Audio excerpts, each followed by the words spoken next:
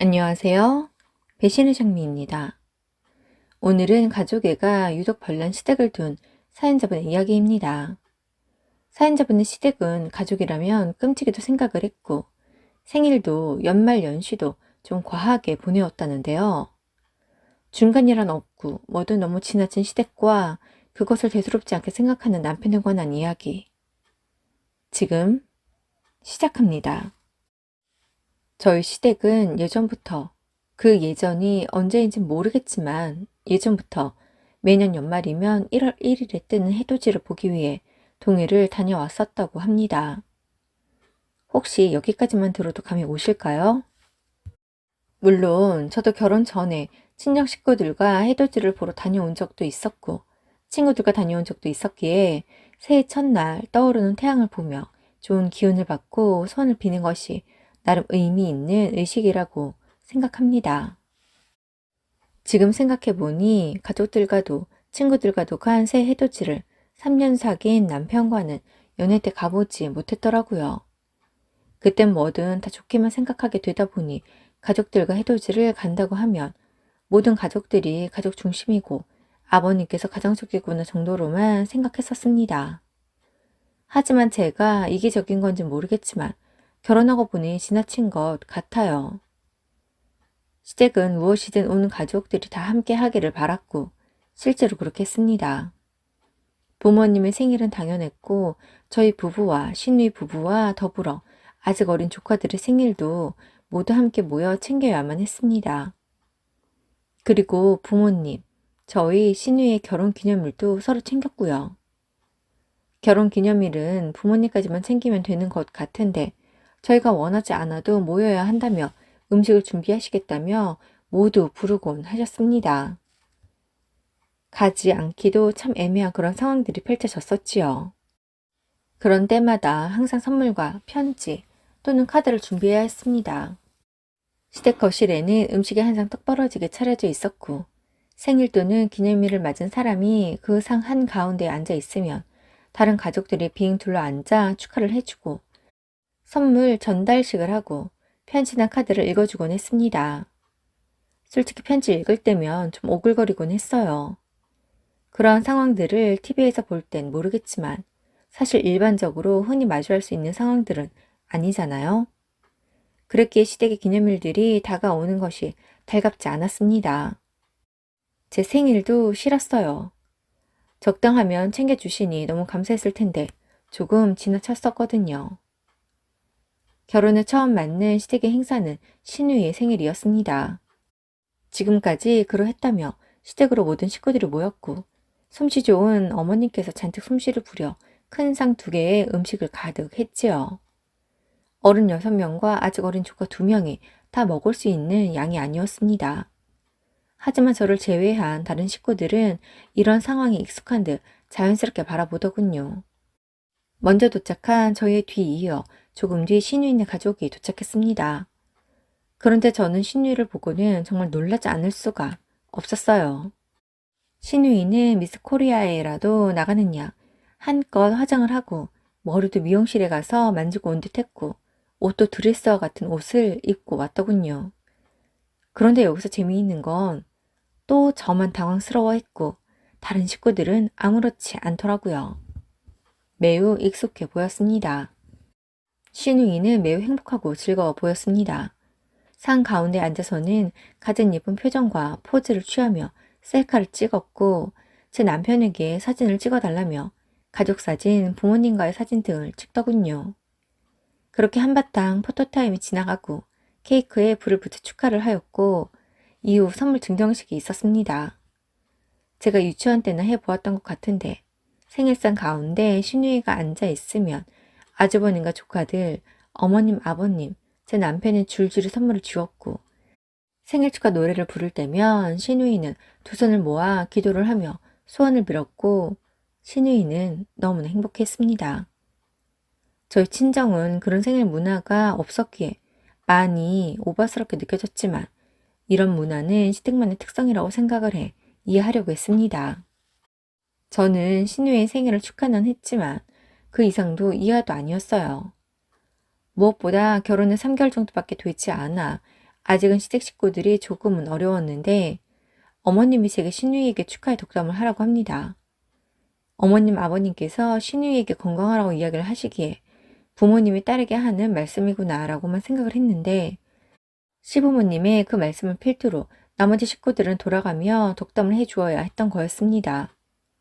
순식간에 제 순서가 되었는데 무슨 말을 해야 할지 모르겠더라고요. 솔직히 신우이와 많은 대화도 나눠보지 않은 어색한 사이라 더 어려웠던 것만 같습니다. 모두들 제가 무슨 말을 할까 기대되는 눈빛으로 바라보는데 무슨 말을 해야 할까 고민하다 생신 축하드린다고 항상 건강하시라고 했습니다. 그러자 시어머니께서 그 말은 내가 이미 했잖아. 새로운 덕담을 해야지. 다 똑같은 말만 들으면 그게 무슨 의미가 있니? 다른 말 좀 생각해봐. 우리 딸에게 해줄 좋은 말 말이야. 그런데 이미 모든 식구들이 덕담을 했고 아직 신우이에 대해 잘 알지 못해 다른 할 말은 없는데 제게 무엇인가 그리 기대하신다고 하니 정말 무슨 말을 해야 할까요? 제가 시간을 끌수록 분위기가 가라앉고 있었고 남편이 옆구리를 쿡 찌르기에 당황해서 더 예뻐지시라고 했습니다. 한눈에 봐도 외모 가꾸기에 관심이 많고 그만큼 피부과와 운동센터를 다니며 관리를 하는 신우이라는 걸 알았기에 원하는 만큼 더욱 외모가 빛나라는 의미에서 했던 말이었습니다. 그런데 신우이는 이런 제 말을 듣더니 옳게 무슨 의미야? 나 살짝 기분 나쁜데? 그 말은 내가 안 예쁘다는 거야? 더 예뻐지라고? 진짜 웃긴다. 나 어디 가면 10살은 어리게 봐. 아마 우리 둘이 같이 나가면 올케보다 더 어리게 볼걸? 하, 나 진짜 생일에 이런 말을 덕담이랍시고 듣게 될 줄 몰랐네. 올케, 이번이 처음이라 내가 참고 넘어가겠지만 분명한 건 오늘 나한테 실수했어.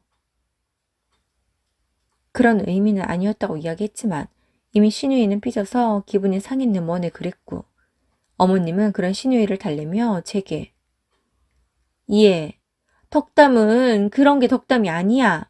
상대방이 오롯이 기분이 좋아야 덕담인 거야. 뭐 너희 친정이 어떤 분위기인지 내가 미처 알지 못하기도 하고 이런 덕담과 칭찬 나누기에 얼마나 익숙한지 모르니 더 이상의 말은 하지 않겠다만 이제 우리 식구가 된 만큼 빨리 적응해서 이렇게 식구들 기분 상하게 하는 상황은 만들지 않길 바란다. 제가 한 그 한마디가 이런 말들을 들을 정도인지 이해가 되지 않았습니다. 그 여럿의 사람들이 모두 제가 잘못했다고 하니 그 순간에는 내가 정말 실수를 했나? 하는 생각이 들었었습니다. 하지만 좀 억울했어요. 전 정말 그런 의미가 아니었으니까요. 그래서 남편에게 억울함을, 속상함을 이야기했더니 자신은 제 말뜻을 안다고 하지만 자신의 집안 식구들은 그런 말들의 의미에 신경을 많이 쓴다고 특히나 가족애가 돈독해 가족에 대한 이야기에 유독 그러니 이해하고 앞으로 조심하면 된다고 합니다. 남편의 말이 위로가 되지 않았기에 며칠은 찝찝했습니다. 시간이 흘러 그해 12월이 되었습니다. 시어머니는 제게 전화를 해 연말 일정을 비워두라고 하시네요. 전 결혼의 첫 연말인 만큼 남편과 함께 어떻게 보낼까 한참 궁리 중이었는데 시어머니께서 그리 말하니 문득 결혼 전 남편이 연말마다 가족과 보내었던 일이 생각났습니다. 결혼을 했으니 우리 둘이 시간을 보낼 수 있으려니 했는데 시댁 식구들과 함께하나 싶어 좀 실망을 했습니다. 그래서 어머니, 결혼 전에 보면 그이가 항상 연말이면 가족들과 시간을 보내더라고요. 그래서 결혼해 저희도 가정을 이루었으니 남편과 둘이 보신각 종치는 소리 들으며 새해를 맞는 시간을 보내려고 해요. 뭐? 가족이 너희 둘뿐이니? 우리 가족에 네가 들어온 거지. 어떻게 너희 둘만 가족이니? 내가 널 이해하는 건 이번까지라고 생각한다. 애도 아니고 눈치 챙겨. 네가 얘기한 것처럼 우리는 연말이면 해돋이 보러 항상 동해에 가. 우리가 늘 가는 숙소도 있으니 네가 따로 챙겨오거나 할 건 없어. 그냥 너희 집만 챙겨서 오도록 해. 라고 하고 전화를 끊습니다. 결혼의 첫 연말인 만큼 제 머릿속으로 우리 둘만의 연말 파티를 그렸는데 항상 시댁 식구들은 모두 함께 연말을 보내었다고 하니 참석하지 않겠다고 하지를 못하겠더군요. 그날 퇴근하고 온 남편에게 어머님에게 들은 이야기를 하니 제게 당연한 거 아니냐고. 자신은 당연히 저와 함께 시댁 식구들과 함께 해돋이를 보러 갈 거라고 생각을 했다고 합니다. 그땐 결혼하고 처음이라 시댁과 관련된 일에는 어떻게 판단하는 것이 맞는지 바로 판단하지를 못했습니다. 어느덧 시간이 흘러 연말이 되었고 12월 31일 오전 10시 저희는 시댁으로 가 시부모님을 뒷좌석에 모시고 동해로 출발을 했습니다. 시누이네는 같은 시간에 따로 출발을 했고 중간에 휴게소에서 만나 함께 점심을 먹었습니다.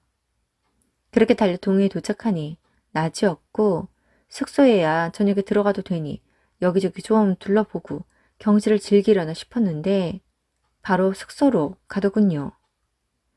요즘 보통 입실이 오후 3시잖아요. 그래서 남편에게 아직 시간이 남았는데 벌써 숙소로 가냐고 물으니 어머님이 말씀하시길 아이 그런 걱정은 마. 우리 애들 어려서부터 때마다 가는 곳이라 미리 전화로 얘기해놨어. 도착하는 대로 오라고 하더라. 그렇게 저희는 입실 시간 이전에 숙소에 도착했습니다. 그런데 도착한 숙소를 보고는 저는 놀라지 않을 수가 없었습니다. 그냥 민박집이더라고요. 민박집이 나쁘다 그러는 건 아닙니다. 그곳은 가운데 시멘트로 된 마당을 디귿자로 둘러싸고 한 면당 3개의 방문이 있었습니다. 그 문을 열면 바로 방이었어요. 그나마도 저희는 오랜 고객이라며 민박 사장님이 거주하는 방과 문을 마주하고 있는 큰 방을 내어주시더군요. 방에 들어가 보니 정말 온돌 바닥에 닿인 방 한 개였어요. 그 방에는 작은 화장실 한 개가 딸려 있더군요. 시부모님과 저희 부부, 시누이 가족 4명이 모두 그 방에 묵어야 하는 거였습니다. 정말 상상만으로도 고역이었어요. 남편과 단둘이 지내고 싶은 것이 가장 솔직한 마음이었지만 그도 여의치 않다면 최소한 방 2개를 잡아 여자와 남자로 나누어 묵기라도 해야지 않았을까요? 큰 방이라고는 했지만 그 민박집에서 나름 큰 방이었지 실제로 그 방은 약 10평 정도로 되어 보였습니다. 그곳에서 시아버지와 아주버님과 멀뚱멀뚱 같이 있으려니 어색했어요. 종일 징징대는 조카들 때문에 정신도 없었습니다. 남편에게 잠시 주변 좀 둘러보자고 하였고 단둘이 밖으로 나와 나는 도저히 저곳에서 다 같이 잠을 못 자겠다고 했습니다. 그러자 남편이 제가 이해가 안 된다는 듯이 갸우뚱 하더군요. 그래서 당신은 부모님이고 누나이고 매형이고 조카라 아무렇지 않을지 모르겠지만 난 당신 한 명 빼고는 모두 다 남이나 다름없지 않냐고. 그런데 시아버지의 아주버님까지 한 공간에 있으니 숨이 막힌다고 했습니다. 그러자 남편이 그래도 이렇게 왔는데 어떻게 그렇게 하냐고. 내일이면 돌아가니 하루만 참자고 합니다. 당장 어떻게 할 수 있는 방법이 없었어요. 그래서 정말 마음속으로 참을 애인을 100번 새기며 하루만 참자고 생각했습니다. 겨울이다 보니 해는 금세 어떻게 졌고 남편을 데리고 밖으로 나가던 어머님은 이내 무엇인가를 잔뜩 가지고 들어오십니다. 그러고 보니 출발 전 시어머님을 모시러 시댁에 갔을 때 어머니께서 준비한 짐이 유독 많기는 했었습니다. 도착해서 짐을 다 들고 오지 못했나 싶어 문 앞에 마중 나가 들고 오시는 걸 들어드렸습니다. 그런데 제법 무겁더라고요. 그러더니 어머님 뒤로 민박집 사장님이 들어오시며 이것저것 건네주십니다. 휴대용 번호의 냄비, 전기, 밥솥입니다. 이게 대체 무슨 상황인가 싶었어요. 어머님은 곧바로 화장실로 가 쌀을 씻고 밥을 하기 시작합니다. 그러면서 다른 가족들은 그런 어머님의 행동들이 덤덤한데 저는 당황스럽더라고요. 민박집이었고 마당 한켠에 있는 공동 취사 공간에서 전자레인지 정도 사용할 수 있게 되었었는데 단골이라고 시댁 식구들이 올 때마다 시어머니 요청으로 사장님이 방 안에서 식사를 해먹을 수 있도록 이것저것 빌려주셨던 거였지요. 시어머니는 된장찌개를 끓이고 밥을 짓고 불고기를 볶고 집에서 가지고 온 갖가지 반찬을 꺼내십니다. 그리고 그 음식들을 민박집 사장님이 빌려주신 딱 봐도 내 나이 정도 되어 보이는 오래된 스텐 그릇들에 담아냅니다. 어머님은 손이 느린 편이십니다. 아주 느린 편이세요. 특히 요리할 때 더 그런 편이신데 그날도 저녁 8시에나 겨우 식사를 할 수 있었습니다. 기회가 자주 있지는 않았지만 시댁에서 어머님이 식사를 준비하실 때면 제가 도와드리며 어머님 속도보다는 빠르게 식사 준비할 수 있도록 하기도 했지만 나름 요리 솜씨에 자부심이 있는 어머님은 혼자 준비하시겠다며 다른 사람들의 도움을 거부하시곤 합니다. 그럼에도 불구하고 함께 도와드릴 거냐고 항상 물어보았었는데 그날은 어머님을 도와야 하는 싶은 생각이 들지 않을 정도로 멘붕이 왔어요. 상도 없는 곳이었기에 밥과 반찬들을 바닥에 내려두고 구부정한 자세로 식사를 해야 했습니다. 전 바닷가에 왔으니 회라도 먹으려나 하는 기대로 시댁과 함께 있지만 그래도 괜찮다고 애써 위로를 하며 동해까지 왔는데 전혀 아니었어요. 별거 한 것도 없는데 저녁을 먹고 나자 너무 지치더군요. 조카들은 징징대서 귀에서 피가 날 것처럼 아프고 잠시 편히 앉아있기도 어색한 그 공간으로 인해 종일 긴장이 되어 있었고 오랜 기다림 끝에 식사를 했지만 그마저도 얹힌 데 속이 불편했습니다. 설거지는 저와 남편이 함께 했는데 앞에서 언급한 민박집의 공동 취사구역은 마당 한켠 가림막은 있지만 문은 없어 쌩쌩한 바람이 들이키는 곳이었기에 너무 추워서 도저히 설거지를 할 수 없었습니다. 수도가 얼었을지도 몰랐겠네요. 아무튼 그런 이유로 화장실에 앉아서 설거지를 하는데 물이야 당연히 깨끗하겠지만 설거지를 하는 공간이 화장실이라는 생각에 비위가 틀리더군요. 그렇게 설거지를 마치고 나자 미친 듯이 피곤했습니다. 쉬고 싶었어요. 눕고 싶었습니다. 하지만 칸막이 하나 없는 사박이 트여 있는 10평 남짓의 방에 못 함께 있다 보니 피곤하다고 해서 누워 눈을 붙일 곳이 없더군요. 힘들고 짜증이나 눈물이 다 났습니다. 엉엉 울었다는 게 아니라 가만히 있어도 그냥 줄줄 났어요. 그러자 남편이 제게 왜 그러냐고 합니다. 이 인간 제가 지금 얼마나 힘든지 모르는 듯 하더군요. 그래서 너무 피곤하고 힘들다고 좀 눕고 싶고 쉬고 싶은데 그러질 못하겠어서 더 힘들다고 했습니다. 제 말에 남편은 뭘 그런 걸로 그러냐는 듯한 표정을 지어 보이더니 방 한켠에 놓여있는 이불을 주며 좀 누우라며 한쪽에 베개와 함께 놔줍니다. 그러자 시어머니와 시누이가 절 아니 꼽다는 듯이 쳐다보며 가족여행을 와서 벌써 잘 거냐며 12시에 제 종소리를 같이 들어야지 않겠냐고 하시네요. 제 종소리는 종로에 가서도 들을 수 있고 편안하게 집에서 들을 수도 있는데 왜 굳이 동해에 와서 이런 민박집에 와서 할 것도 없이 이야기할 것도 없이 멀뚱멀뚱 앉아 바보처럼 TV 보다 그 종소리를 들어야 하는지 모르겠더라고요. 당장에는 좀 눈을 붙이고 싶어서 에라 모르겠다 하고 벽을 보고 돌아 누웠습니다. 그러자 신우이가 진짜 분위기 깨는데 뭐 있다니까? 라고 하는데 그냥 안 들리는 척 했어요. 그렇게 저는 금세 잠이 들었고 얼마나 지났을까요? 조카들이 놀다 저에게로 달려들더군요.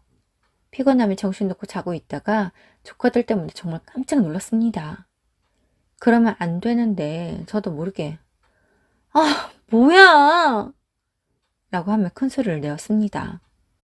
제 소리에 모두들 깜짝 놀라 절 바라보았고 조카들은 울음을 터뜨리네요. 신우이는 제게 화를 내며 애들이 그럴 수도 있는 거지 왜 소리를 지르냐고 꼭 그렇게 돌아 누워 시댁 식구들이랑 온 게 싫다는 티를 내야겠냐고 합니다. 그래서 처음엔 그랬지만 함께 여행을 온 이상 지금은 그런 게 아니라고 했어요. 컨디션이 급격히 떨어지며 힘들어서 쉬는 거라고. 각자의 컨디션이 다르니 자신의 상황에 맞게 놀고 쉬면 되는 거 아니냐고. 여기가 북한도 아니고 왜 쉬는 것도 마음대로 하지 못하게 하는 거냐고 했습니다.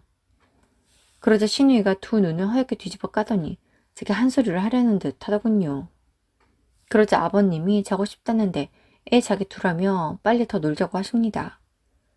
그제야 저들은 뭘 하고 있었나 하고 보니 고스톱을 치고 있었네요. 순간 남편이 머쓱했는지 제게 자기야 지금 집안 대결하고 있거든? 엄마랑 아빠는 서로 다른 편. 누나네, 우리 이렇게 넷이하고 있는데 내가 자기 몫까지 해서 좀 많이 땄어. 힘들지? 마저 자. 라고 하네요. 집에 돌아가서 보자 하고 다시 돌아 누웠는데 진짜 다 너무 짜증이 나더라고요. 지금 여기가 우리 집이든 아니면 시댁이라면, 그도 아니라면 그냥 수도권이라면 당장에 자리를 박차고 나가 택시라도 잡아타고 집으로 갈 텐데 동해라 그럴 수도 없어. 참으로 난감했습니다. 시댁 식구들은 새벽 2시까지 맥주를 마시며 고스톱을 치더니 불을 끄고 잠을 잡니다. 방 안이 고요해지니 잠이 오는 게 아니라 생각이 더 많아집니다. 대체 내가 여기 와서 무엇을 하고 있는 건지. 조카들은 자면서 낑낑대며 계속 굴러다니고, 아버님과 아주버님은 코를 골며 쌍나발을 불어대고, 어머님 장구들을 하는데 그해 첫 새벽은 제겐 아비 귀환이었습니다. 뜬 눈으로 밤을 지새다시피 했던 저는 새벽 5시경 깜빡잠이 들었고, 이내 누군가 제 등을 때리는 느낌에 깜짝 놀라 눈을 떠보니 어머니께서 제게 지금 시간이 몇 시인데 아직도 자고 있냐고 하십니다. 곧 해가 뜰 거기 때문에 지금 해돋이 장소로 이동해야 한다면서요. 비몽사몽간에 눈을 떠 주변을 둘러보니 시누이 부부는 조카들을 하나씩 안고 있고, 시부모님은 나갈 채비를 마쳤고, 남편은 이제 막 일어나 화장실에 갔다고 합니다.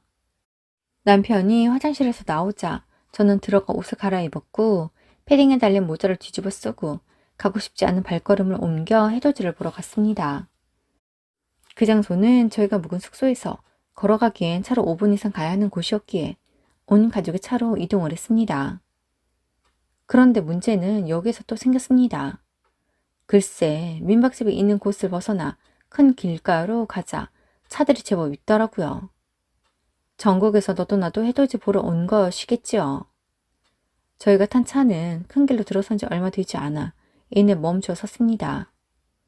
해돋이 장소가 가까워질수록 차들이 더욱 많아졌고, 주차 공간이며 한정적이다 보니 이내 도로가 주차장이 되었던 거였지요. 혹시 예상하셨을까요? 네, 저희는 아직 차 안인데 해가 떠오르더군요. 그 해는 하늘에 구름도 많아 실제로 떠오르는 해를 볼 수도 없었습니다.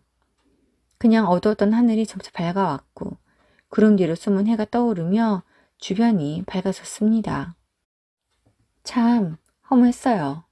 불편하기만 했던 그날이었지만, 그래도 새해에 떠오르는 해를 보며 마음을 다잡고 싶었지만 그마저도 어이없게 뜻대로 할 수 없었습니다. 숙소로 돌아오고 싶었지만 차를 돌릴 수도 없었습니다. 아까 이야기한 대로 도로는 이미 주차장이었으니까요. 그런 상황 속에서 배는 고파오더군요. 주변에서 백반을 먹든 칼국수를 먹든 아니면 아침 식사합니다 라고 적힌 간판 없는 어느 집이라도 들어가 아침을 먹으려나 싶었는데 숙소로 돌아가더군요. 숙소에 도착하자마자 어머니는 또 쌀을 씻습니다. 그냥 나가서 사 먹고 싶었어요. 그래서 어머님에게 힘들게 요리하지 마시고 짐 정리해 올라가면서 먹자고 했습니다. 하지만 고집이 있는 어머님은 한사코 밥을 짓고 순두부찌개를 끓이시네요. 어머님은 밖에서도 따뜻한 집밥 먹이고 싶은 마음이었겠지만 굳이 이곳에까지 와서 꼭 그렇게 해야만 하는 것인지 저는 이해가 되지 않았습니다. 전날 화장실에서 설거지한 그릇에 음식을 담아내시는데 전 그 전날 설거지하며 느꼈던 비위 틀림에 그 그릇에 담긴 음식을 먹지 못하겠더라고요. 그래서 속이 안 좋다고 하고 먹지 않았습니다. 아침 설거지는 남편 혼자 하라고 시켰습니다. 그러자 어머님은 둘이 후딱 해치우지 왜 남편만 시키냐기에 나는 못하겠으니 시누이를 시키든 아주버님을 시키라고 했습니다. 시누이 눈치를 보곤 저를 한껏 째려보던 어머님은 혼자 설거지하는 아들이 안타까운지 들어가 함께 하시네요. 그렇게 설거지까지 하고 나오니 오전 11시더군요. 참나. 와서 한 거라곤 지난 저녁 해 먹고 쉬고 해돋이 보러 가겠다고 나갔다 들어와서 아침 먹은 게 다네요. 여기가 동해인지 서울인지 민박집인지 집인지 시댁인지 알 수가 없었습니다. 이후 저희는 집으로 올라왔고 시부모님은 연신 재미있었다, 즐거웠다 하며 이야기를 하시는데 대체 저는 어느 포인트가 재미있었다고 하는지 모르겠더군요. 생각하는 것조차도 피곤해 그냥 잠든 척하며 눈을 감고 올라왔습니다. 집에 오자 남편은 제게 어떻게 그렇게 행동할 수가 있냐고 합니다. 그래서 여행의 목적인 해돋이를 봤냐고 물었습니다. 그러자 남편이 하는 말이 원래 날씨가 아주 맑지 않은 이상 해돋이는 보기 어렵다고 합니다. 남편의 그 말에 너무 화가 나서 계속 그렇게 시부모님은 두둔하고 나는 틀리고 잘못되었다고 이야기할 거냐고, 내가 뭘 그렇게 잘못한 거냐고 물으니 그걸 모르는 것 자체가 잘못되었다고 합니다. 그러면서 자신의 집안이 연말연시에 해돋이 보러 가는 거 알지 않냐고, 그런데 갈 때부터 불평을 표현하지 않았냐고 합니다. 그래서 난 그렇다고 했어요. 뉴스에서 해 뜨는 거 보여주는데 왜 가서 봐야 하는지 이해가 안 간다고요. 그것뿐이 아니라 왜 생일 때도 그 난리를 쳐야 하는지도 모르겠다고요. 부부로서의 연을 맺은 이상 서로의 다른 점을 이해하고 품어야 한다고 생각하는데 아무래도 우리는 그러기 힘들 것 같다고 했습니다. 그러자 남편도 동의의 표현을 하네요. 남편은 시부모님에게 그대로 가 이혼을 하겠다고 이야기했는지 어머님 제게 전화를 해 남편 알길 시댁가길 우습게 아는 거냐며 난리시기에 지금까지 나름 잘 참아왔다고 생각했는데 당장이라도 시댁가 엎어버리기 전에 적당히 하시라고 했습니다. 그렇게 전 이혼을 했습니다. 결혼하고 1년도 안 되어서 말이죠. 누군가는 제게 고작 그런 일로 이혼을 했냐고 할지 모르겠지만 전 고작이라고 느껴지지 않았습니다. 평생 매년 연말 연시마다 반복될 일이라고 느껴졌어요. 제가 잘못되었고 저만 잘못되었다는 남편이었기에 헤어진 것이었지요. 이렇게 연말이 다가오고 친구들이 남편과 알콩달콩한 모습들을 볼 때면 몇 년 전이지만 자꾸 그때 일들이 떠오르곤 합니다. 하지만 전 제 이혼을 후회하지 않아요. 그때가 아니었다 하더라도 아마도 결국엔 같은 일로 남편과 헤어졌을 거라는 생각이 들거든요. 많은 이들에게 참으로 힘들었던 2021년이 끝나가고 있습니다. 올해가 지나고 나면 내년에는 많은 분들이 웃을 수 있고 행복한 일들만 가득한 2022년이 되길 바라봅니다. 제 사연을 들어주신 분들께서도 올 한 해 고생 많으셨습니다. 내년엔 더욱 행복하세요. 오늘도 함께 해주셔서 감사합니다. 지금까지 배신의 장미였습니다.